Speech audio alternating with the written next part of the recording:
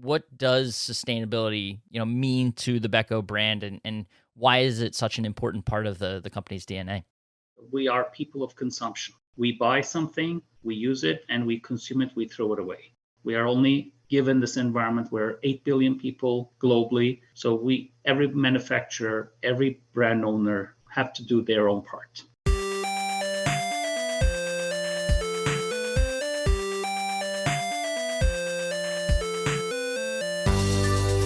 Welcome into the Independent Thinking Podcast. This is your host, Rob Stott.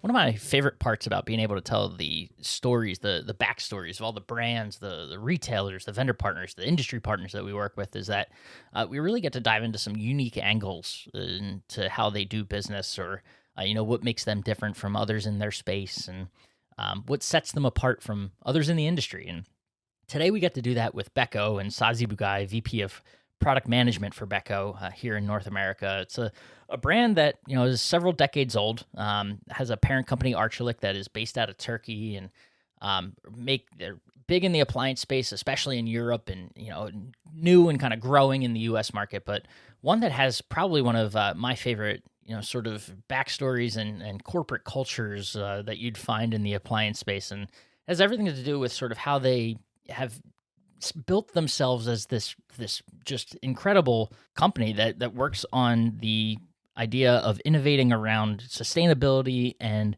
also making consumers' lives more convenient. So they've got this healthy message and a simplicity message that really comes together and creates really cool products, but also just an awesome commitment to the environment and helping people and making lives, and like they say, more convenient and healthier. And we dive into that with Sazi, and learn why it's such an important part of the brand and how they've built that culture over time, and used it to not only help sell their products, but get retailers to buy in and push their message and everything that they're doing as a brand for the appliance industry and the consumers out there. So really cool story, one that I've been following for a number of years now, and am excited to have here on the podcast. So let's dive into it. This is Sazi Bugay of Beko here on the Independent Thinking Podcast.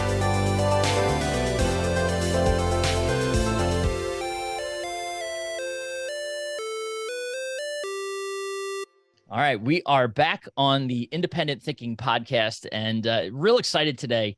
A brand that I go back to. I knew the Beko brand, but my real interest and excitement around everything you guys have going on dates back to a chance meeting in Berlin at a show called IFA, and a wonderful keynote that we'll get diving into it in a little bit here, but we'll bring it to today. And Sazi Bugay, VP of Product Management for Beko US. Appreciate you coming on, representing the Beko brand here and doing a podcast with us. Rob, thanks for having me. It's great to join you, and then walk through everything that you were interested in. So get on. Well, it's a great brand, and one that I think to sort of the message you guys have of sustainability, and like I'm jumping ahead, and just exciting to see sort of how that like really flows through everything you do, from the product side to just the corporate sort of mission and everything. And for anyone that doesn't know the Beko brand, you're going to get to know them today. So strap in. It's going to be a fun one. But before we get into all that, I'm going to pump the brakes on my own excitement, try to keep myself contained here. But tell us a little bit about yourself. Let our audience know, who Sazi Bugay is, and your background and path through this industry. Thank you, Rob. Well, I'm so far a 28-year veteran of the industry. Started off with the washing machine plant of the company. After different various roles at the plant, and so the planning, production, all the different areas, also the liaison on to the central headquarters. I moved back to HQ about 8 years after I started, to the product management and global product management side of the business. Then we were developing. At that time, we were maybe 5 or 6 plants. Now we have come up to a place that we have 30 production locations around globally. And then, of course, when when everything is growing, and we focused our eye on North America. And we wanted to also invest in and then look for the opportunities. And back in 2006, when we decided to invest in the US, an opportunity came, and I found myself here developing our other brand for multifamily operations through our distributors. And years went by. In 2015, company decided, after the development of the company's products here in the US, we decided to form a North American headquarters here in the US, and we chose Chicagoland to be assigned to be in the middle of the action. So since 2016 May, Beko US has been formed, and since then I'm in the Chicagoland and running at the headquarters, and enjoying the product life and enjoying developing products and innovative products for North America to be different than the competition, especially on the sustainability, energy, and useful technologies bringing to the north and to the markets. Oh, well, you picked a cold market to sit in, at least in the winter. It's got all 4 seasons, that's for sure. So I know we're here, mid-November as this podcast publishes. So you bracing for winter? Winter is coming. No complaints, no complaints. All my life I've been in a colder temperature, so I think I'm better in the colder temperatures than a warmer so far. I love it. Well, you mentioned the expansion into the U.S. For those that don't know, the Beko brand, Arçelik parent company based out of talk about the parent brand and all that. Arçelik is a global manufacturer of appliances based in Istanbul, Turkey. Again, in the globalization, and then owns a number of brands. Beko is the number 1 brand that is owned by the company and globally being sold at 130 plus countries. Also, we own a couple of German brands. Grundig is another brand that we put position higher than Beko in Europe, which doesn't exist here yet so far in the US. And globally, we also own Hitachi brand out from from Far East on the Asia Pacific zone. So we own all Hitachi branded product production and product distribution outside of Japan. And also we have operations in South Africa and various places, Europe, Asia, India, and globally expanding where we could do as much as possible. What's it like? You talk about the move over into the North American market. Obviously, you guys, as you're doing that, there's a lot to consider and things like that. What's the adjustment been like, or how? I guess really, what I'm curious, how different is the appliance market here in the U.S. compared to internationally or Europe? Well, first of all, I have to say everything is bigger. This is the main thing. So whomever eyes in the North American markets from Europe or from other parts of the world, the appliances are bigger, the needs are different, the cultural use of appliances are actually totally different. Of course, voltage is different, and also regulatory burden is so different than Europe. And then within the US, it's also different. The West Coast, East Coast, South and West, everything is different. So you have to really adjust and learn, and go throughout the country. And I don't know whether it's okay to say, but I traveled a lot in the US to understand, went into homes to understand differently how consumers are behaving and how they're interacting with the appliances. As an example, for example, the Northeast and the Pacific Northwest is very high on electricity, but in down and south, you literally cannot really find. You need to have that 36-inch range, 48-inch range. You have to have those sizes because the homes are big over there. Yeah. However, one thing is common is the needs of the people don't change. The way that we live almost differs. However, the major thing is here the frozen goods or frozen food, how much US is consuming compared to Europe. The other thing is actually the ice making, and ice culture here is unbelievably. So really, in order to be in the marketplace, you have to really solve this ice equation. And it's very difficult for a country that does have maybe 1 or 2 cubes of ice in a bottle or in a glass when you ask for it. So the understanding here is much different. But we have adjusted, That's why we came forward, and then we learned about the market. And then when we were ready, we decided to put Beko in. And Beko was introduced in 2016 with full product lineup. So we didn't just come with just cooking. We didn't come with just refrigeration. So it was the time, and then necessary investments were, of course, previously approved before we arrived. Well, as we go by, lots to learn. Entering the country from the East Coast doesn't mean that you know everything from the West Coast. So a lot has passed. The company has evolved, and so far we're happy with the development. We're bringing a lot more new products, more focused on sustainable and energy products. And we know that the energy crisis will not going to go away, the globalization, and at the end of that, energy need to run our lives will be so much different, and we need to understand the control of it. So it starts from, I believe, HVAC overall, because that's where we are breathing, we're living. But then our appliances also purposely should also help us to get to that level. Yeah, no, I think you guys are in a kind of unique position, being relatively, new to the North American market compared to a lot of other brands out there. But I think all brands are having to learn, right? How the consumer's changing, priorities for the consumer are changing, and all of those things at once. And it's a lot to take into consideration. But Correct. it's resulted in some pretty cool innovations for you guys. So from the time you've entered the market to today, is there anything that, a product or a category maybe that you're sort of most proud to see how it's innovated over that time? From our product segments, of course, dishwashers and refrigerators are the main ones that I would like to emphasis on. Not to mention, I'm not going to take off others because other innovation is coming on the other segments. However, when it comes to dishwashers, we know that how important it is for U.S. culture, and also everybody has to have a definitely working dishwasher. But the needs here is time is important, temperature is important, sanitization is important, the cleanliness, the shininess, and the all are important. While it is a closed box, everybody has taken granted that this is a dishwasher. It washes and dries.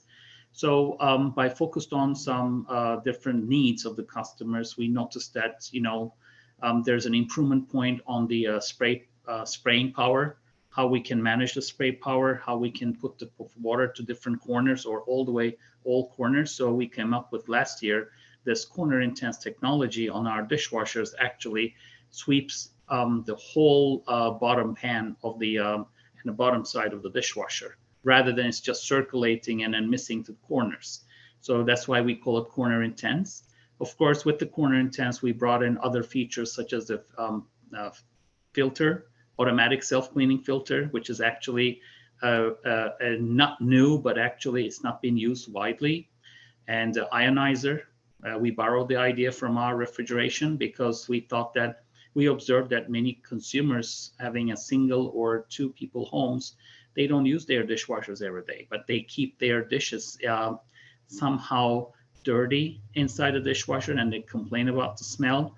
So that's why we said, well, anytime that the customer opens the door, doesn't want to have the smell, there we have this choice of ionization, so that it takes out all the smell ions, doesn't give any harm to the consumer life and health, but it just takes the odors away, and as long as the cycle is activated. So we brought these features to our products on dishwashers.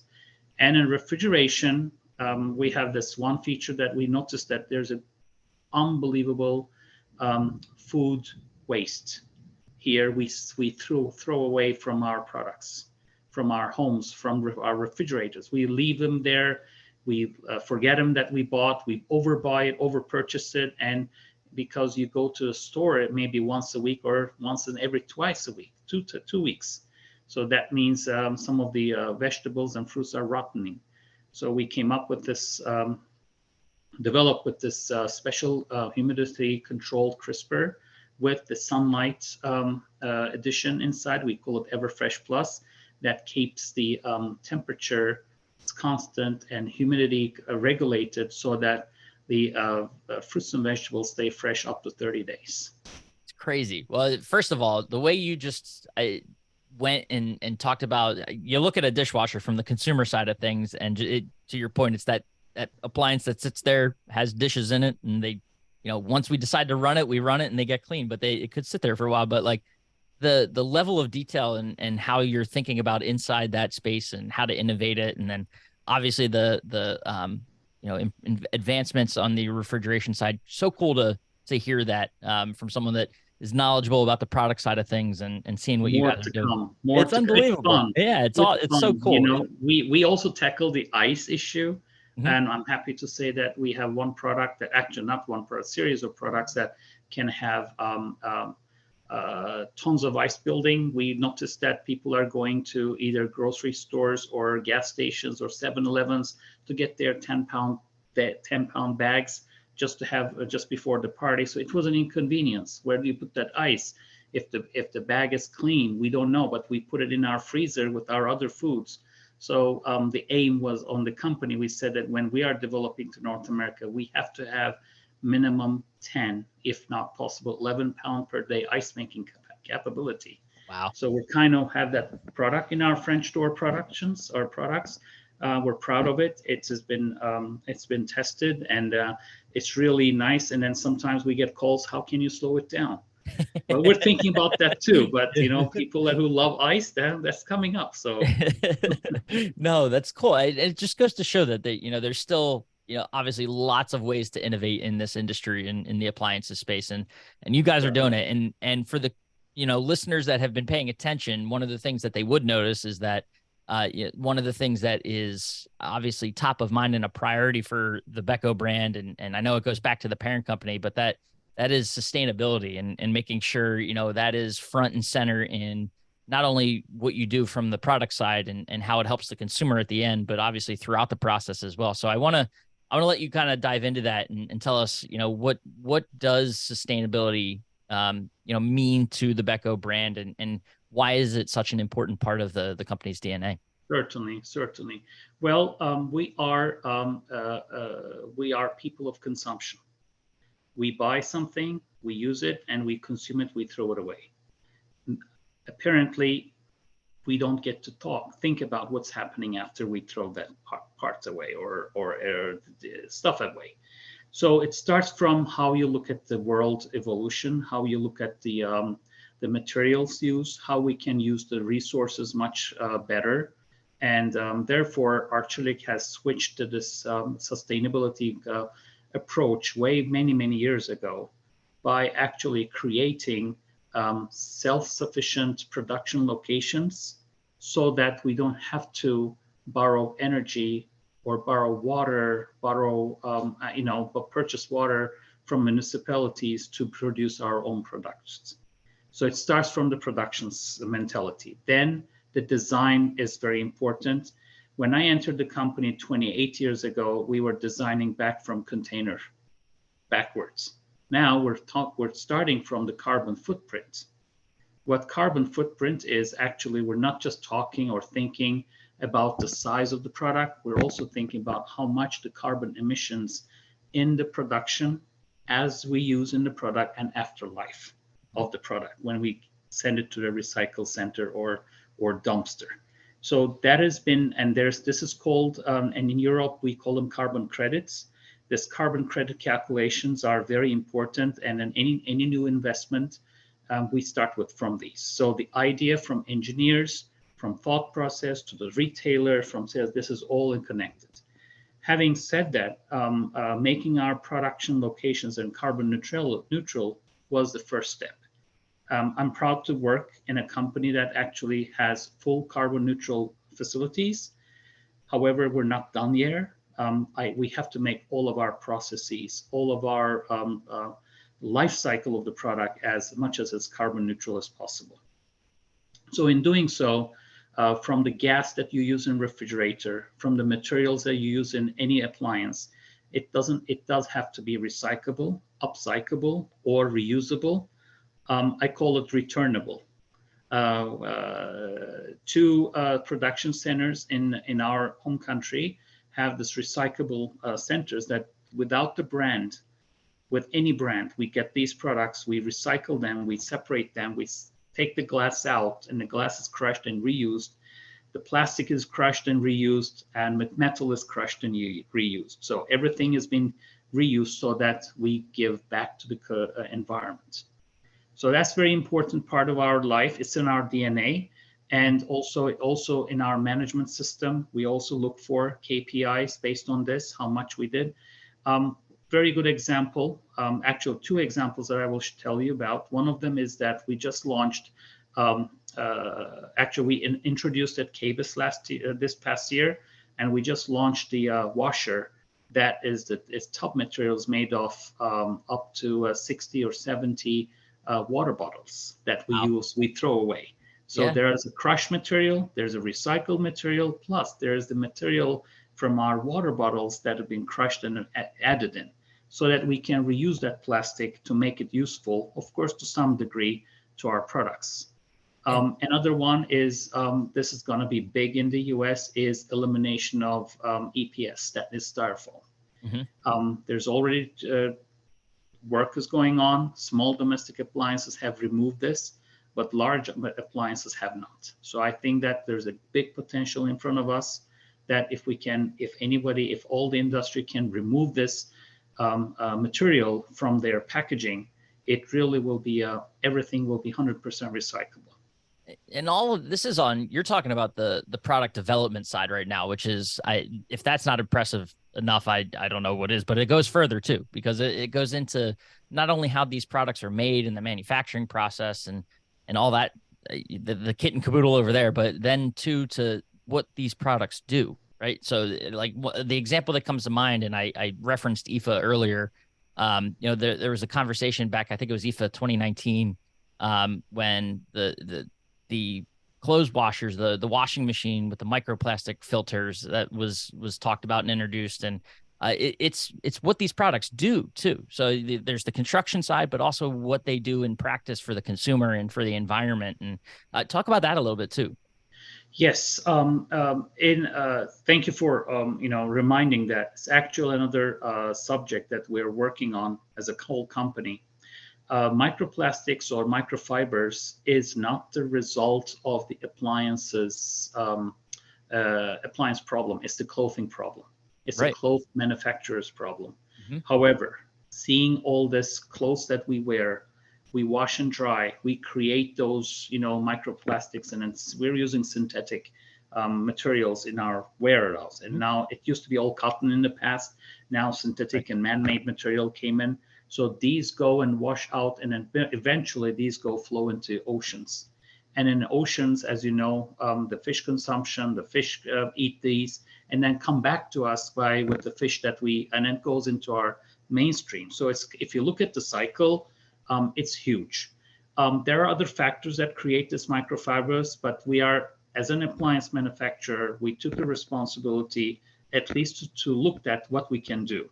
And then attacked on the clothing industry, because we know from also drying, when all those fibers are coming out, the same thing is coming out during washing, because there's a greater mechanical action inside the washing machine when the washing action is taken. So we're circulating the water, we're taking that fibers out. As a matter of fact, every cycle, it comes about in grams, but if you add it up, it's too much.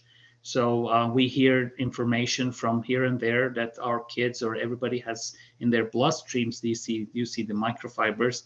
So anything to eliminate this going forward for the future generations will be our responsibility. So far, the final tests are going. We started selling the product in Europe, by the way, but it has to be a complete cycle. We cannot really have that microfiber filter to be thrown to the garbage. We have to find a way to recollect them and reuse them to somewhere else and control the dumping of it. So that whole system needs to be developed here as well. So it's going to come. There are some states in the US that are forcing this or enforcing the commercial clothing right now. It's going to start. And then I like the electrification movement. I think there will be a more focused on environmental in the US issues. And then these issues will help and will force all manufacturers to come up with very creative ideas. So it's For not done yet. We're not done sure. yet. All I want to say that's, we use top load washers that have been maybe made normal since 50, 60 years ago, but it's their main duty was just to wash. So we're now going to the protection of environment, protection of our resources. Yeah, I mean, and that's the thing. That's what's at the heart of this, right? Is that it's a sustainability message, but one that it like to hear the way you talk about it and how important it is. It's very apparent that it's at the core of what Beko's doing, and that I think is what I mean. I've grasped onto and has stuck with me years of knowing the brand is just seeing how important it is, top to bottom, throughout the entire every brand, under the Archlick banner to what you guys are doing, and it's, I mean, It's a, inspiring. it's a It's company cool to hear. culture. Yeah, It's a company culture. yeah. Even though, I can tell you from my plant years, we had air conditioners. Then we removed the air conditioners from the huge plant. What we realized that on the assembly line, when you direct air to people's feet, when they get the coldness in their feet, the feeling of being cold is coming from the feet, so that they work much comfortably instead of having cooling the whole environment. So that was a very nice differentiator. Everybody was very happy with that. So we were kind of pushing the cold air downwards to their feet because cold air stays, and then in the huge environment that Yep. you're kind of cooling the environment, only you need it. You don't need to cool the whole thing. So those kind of ideas that came in engineering that was added. So again, environment is just one. We are only given this environment. We're 8 billion people in the whole environment globally. So every manufacturer, every brand owner have to do their own part. Well, I want to bring it full circle because this is something, I think retailers listening can and should be able to leverage this type of messaging in what they're doing. So I almost want to throw it to you and ask, in talking in conversations you've had with retailers, what are you telling them? What is that message on how they can sort of turn what you're doing around and leverage it, with their customers and in their communities? So, very good question, Rob. I have to tell you, it's not easier to adopt this cultural change. We are in a society, and I can do back and forth comparison that nobody cared about the gas prices here compared to where all in Europe everybody was wondering and looking at the pump level numbers. But it has changed, and it's going to change even more. Nobody was caring about their energy bills, how much kilowatts that they're using, how much their home is using, but it will change. So the change will come from the necessities, from the needs. So we just want to be ready by when that change comes, and we're focusing our messaging, all of our technological advancements. We're marrying up the details that in our products to the sustainability. Anything that it comes with health and wellness concept in our products is tied up with the sustainability. Again, going back to Everfresh, yes, it keeps the fruits and vegetables up to 30 days fresh. You're not traveling all the time to the grocery stores. You don't have to use the gas that much. You don't have to spend your time that much, and you're eliminating the throwing away the foods away. So everything is, if in a circular way, it's sustainability. Now, as I said earlier, packaging is the complete another story, because everybody, they love to get the new appliances, but nobody takes care of the packaging. So that area, and then whomever solves that problem equation together with the inside of the product will be a major differentiator. And we at Beko believe that Beko will be one, if not one of the first companies to do so in the US markets very soon. No, that's awesome, and I love it because it's one that it's cool to hear, especially in a time when you think about what's important to younger generations and where their attention is, what they pay attention to, and where Definitely. their values are, and all. Read any article you want. The things that come up are sustainability, the health and wellness, all that sort of stuff. So this is, you talk about a cultural shift. It could come soon with these generations that are up and coming and where they put their priorities. So awesome to see that it's been something that has been not just with this generation, but many previous generations, a major priority for Beko and everything that you guys have going on. So awesome conversation, one that I continue to find so much inspiration in and love talking to you guys about. So to be able to share it here on the podcast has been a lot of fun. Thank you, Rob. Yeah, Sazi, I appreciate it. We'll be catching up for sure down the road, and seeing where you guys are going. Look forward to following all the innovation, in the products and what you guys have coming, and seeing you, at a prime time before we know it, and elsewhere. Yep. Thank you, Rob. And it's been really a pleasure to be here and to be with you. More innovation is coming on its way. So I'll be happy to talk further on further opportunities. We will be keeping our eye out. All right. Awesome. Very good. Very Thank good. you. Thank you.